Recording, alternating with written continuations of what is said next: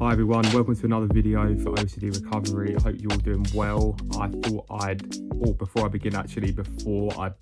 begin, please reach out to Phil at OCDrecovery.com and he will get back to you as quick as he can if you'd like to use our coaching services. So yeah, HOCD exposures, right?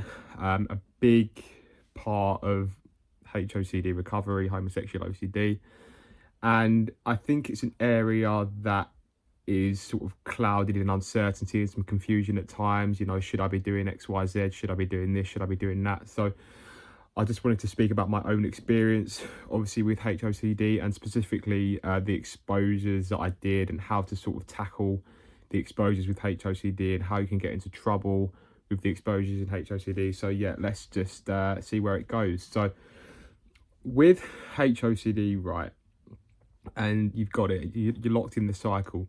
A lot of your time, you're really trying to desensitize yourself to the thing that you're scared of, right? So in our case, you know, you're scared of being gay, so you're really trying to desensitize against that fear because you want to get better, right? You want to get back to a baseline level of peace. You don't want to spend the rest of your life, you know, feeling uncertain, worrying about your sexuality. You want to get back to feeling how you was before OCD set in. You want to be back to being straight, etc. Or you know, or you want to get back to being gay. If you're scared of being straight, right? I guess we could also call it like sexual orientation OCD as well. But yeah, so with HOCD, so yeah, you're trying to desensitize against the fear of being gay, right? And there are different levels of exposures in HOCD, right? So, for example, in some other themes, you know, like contamination, OCD, you know, a lot of the exposures, they're big exposures, right? You're going to have to touch a door handle. There's no like if or buts. You're going to have to just take the lead, take the plunge. Obviously, in some other themes, like, you know, sensory motor OCD, fear of fear, that sensation is the exposure. But, you know, with HOCD, there's differing levels of exposures. So you are generally going to have to do HOCD exposures without, and this is key, without being compulsive and keeping the cycle alive. So with HOCD, some of the small exposures, right? So that would include looking at people in the eye, going about your day, right? But you don't want to be compulsive with this, right? I was super compulsive with looking at guys in the eye, right? You know, I was very scared that I was gay and I'd avoid looking at people, right? So genuinely, you are going to have to do that. However, having said that, that is naturally going to come to you when you're going about your day. When you're out in the world, walking about, you might be going to work, going to the gym, going for something to eat. You are naturally going to be confronted by people of the sex that you're scared to find attracted. You're naturally going to come across those people, and they're going to be good-looking people. They're good-looking people in the world everywhere, boys, girls, whatever. So you're going to be confronted with that naturally as you go about your day, right? So you don't need to be compulsively trying to look at everybody in the eye, trying to desensitize, trying to bring down the fear, because that's what I did, you know. I must have looked very strange. There were sometimes, you know, I'd be sat on a train, crowded train going into London, and I'd be trying to look at every guy I saw on the train. I'd be on a treadmill in the gym, like a big row of treadmills, and I'd be trying to like stare down and look at everybody. No. You do not want to do that. That's super compulsive, right? So obviously looking at people in the eye is a big one for HOCD. I'm not saying that you have to, I'm not telling you to look at everybody in the eye, because that is just compulsive. As you go about your day, naturally, you are going to look at those people, all right? However, I'm also not saying to completely look at the ground, right? If you're just, you know, throughout your day and just staring at the ground, not looking at everybody, that's avoidance, right? You need to get the balance here. Don't be so compulsive trying to look at everybody, but don't be looking at the ground. You know, you're genuinely going to have to go towards that. And yeah, there's no like absolute 100% right or wrong answer, whether you're doing that right, whether you're doing it wrong, whether you are avoiding, whether you could have looked at the person in that moment.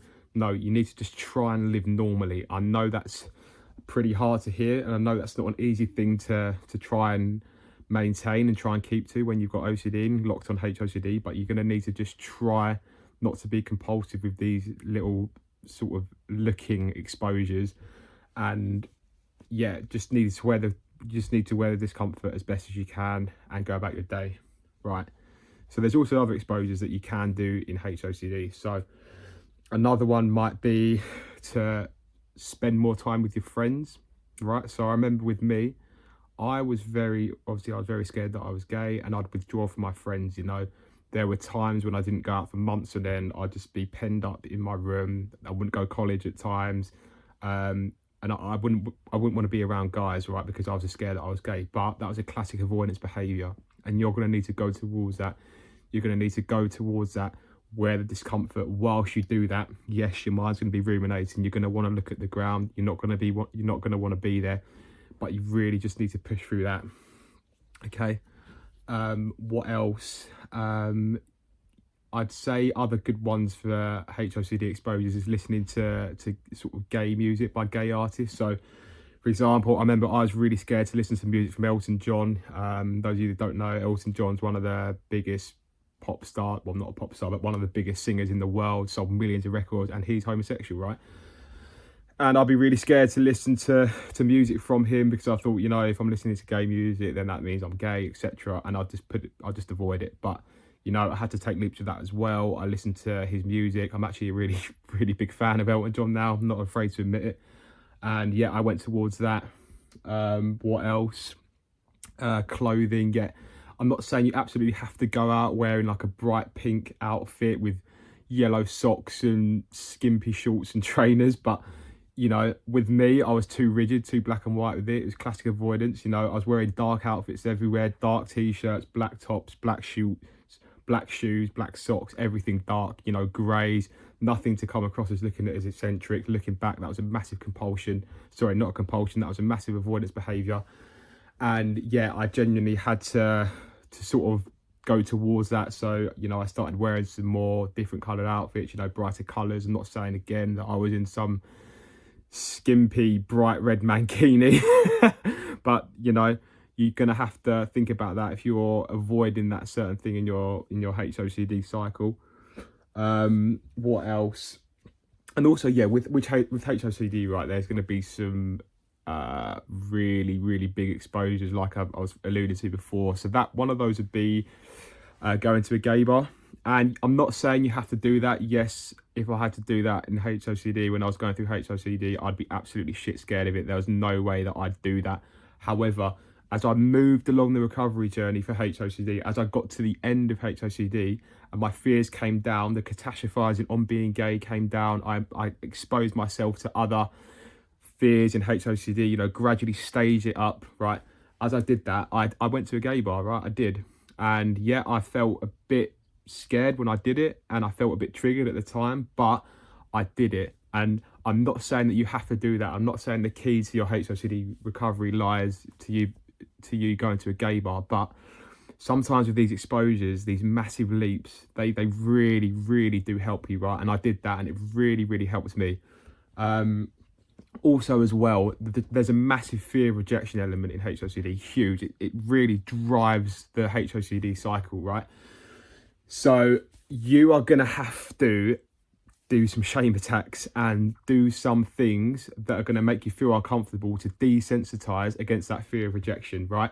So for me, how did I do that? Well, I did some exposures to do with HOCD and to do with fear of rejection. So for example, I went into a shopping centre and I said to a co-worker, hi, I'm shopping for my boyfriend. I'm looking for a medium-sized polo shirt, t-shirt, whatever it was. Do you have this?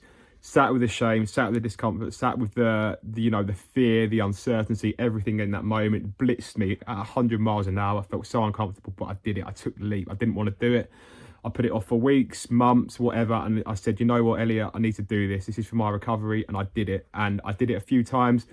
I also did other things as well. So I went into a bookshop and I said, hi, excuse me, do you have any books on LGBTQ? Again, that gave me a lot of fear. I really didn't want to do that, but I did it. And, I've reaped the benefits of that today because I don't have HOCD anymore. And I feel great. And I'm back to how I was before HOCD set in. So, yeah, I really took the leap in that regard. Obviously, fear of rejection is a massive, massive thing there. And, yeah, there's also other subtle ways of fear of rejection, not just to do with HOCD. So, I know Nick and the coaches go through shame attacks you can do. So Some that I do, I remember, for example, like I went to a coffee shop and I bought a coffee with like loads of 1 and 2p's. So I was just counting them out on the table, and it took me ages, and there was a big queue behind me, and I could sense everyone getting frustrated, but it was an excellent shame attack. What else? Oh yeah, I went into a perfume shop and I said, oh, I'm really desperate to impress my date tonight. Can I try these different perfumes, like just in front of all the staff? That was quite funny looking back. And you actually really do laugh when you look back on your shame attacks. I remember I'd be going into shops, like coffee shops and like retail outlets, and just asking for discounts just to, you know, just to really sit with that shame. And what else would I do? There was another one that I used to do. What was it? I can't remember. I have to come back to it. But yeah, there's a list on. There's a list on. I can't remember where it is, but there's a list that Albert Ellis does of his shape. Actually, no, it's in his book, right? It's in the myth of Sorry, not the myth of self-esteem. How to stubbornly refuse to make yourself miserable. He's got that book that is obviously integral to the OCD recovery. He outlines loads of different shame attacks you can do. And that's really crucial for HOCD, because, as I said before, a lot of that is being driven by the fear of rejection and the fear of being, you know, ousted from society, the fear of not being liked, etc. So, yeah, you need to do your shame attacks, and that will really help you. Obviously, as well, whilst working on your irrational beliefs about rejection, obviously about the fear of being gay itself. But yeah, the shame attacks is so important because it really helps to dig into that fear of societal rejection. What else in terms of exposure in HOCD? Oh yes, so I remember this, right? I would spend hours on like Instagram and online just looking at pictures of, like, you know, attractive guys, celebrities, whatever. And that was hugely compulsive, because all I'd be doing was trying to desensitize myself to that fear, right? And, you know, when you're desensitizing yourself to that fear and you're still getting anxious, right, there's clearly something not working there, right? As we said before, exposures are not the gold standard. Yes, they are a part of recovery, but they're not recovery itself. You know, there's loads of other elements, you know, sitting with the uncertainty, disputing your rational belief, avoidance behaviours, obviously the exposures, compulsions, etc.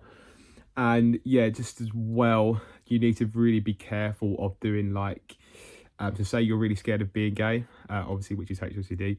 You don't want to be spending a lot of your time trying to expose yourself to the thing that you're scared of by watching adult content online. I did that a lot, but that's just a compulsion, right? Because if you're trying to like watch adult content to double check that you're not attracted to that, that's just a compulsion and like a reassurance cycle. So that's not an exposure, right? That's really not an exposure. That's really going to have to be cut out, right? And I know you think that in the moment it's helpful and you're thinking, oh yeah, I'm not attracted to that. But you get that brief moment of verification, you go about your day and you get triggered again, and then bang, you know, you're back in the cycle. So you need to really stop refraining from watching that sort of stuff. And yeah, so also as well, yes, imaginary exposures for HOCD, I'd say aren't great. For me, it never really works. You know, I'm trying to be thinking about, for example, maybe like a good looking guy or XYZ. And again, I'd go down the path of checking that I'm not attracted to them and double checking that that's not what I like sexually. So again, that just didn't really help me. Sent me down some rabbit holes, didn't give me the answers that I was after. And yeah, so just to repeat, guys, and with HOCD, you know, you've got your small exposures and you've got like the big exposures as well. As I said before, I'm not expecting you to go straight for a gay bar. If you do, great. But you know, what you can do is just gradually build up to that end exposure, which you don't necessarily have to do, like I said, but you can build up those exposures. And yeah, a lot of the time, a lot of this is just fear of rejection is the main one. So if you can really expose yourself to that fear of rejection, then you're really going to be able to chip away at HOCD. Okay, so I hope this video is helpful, and I'll see you on the next one.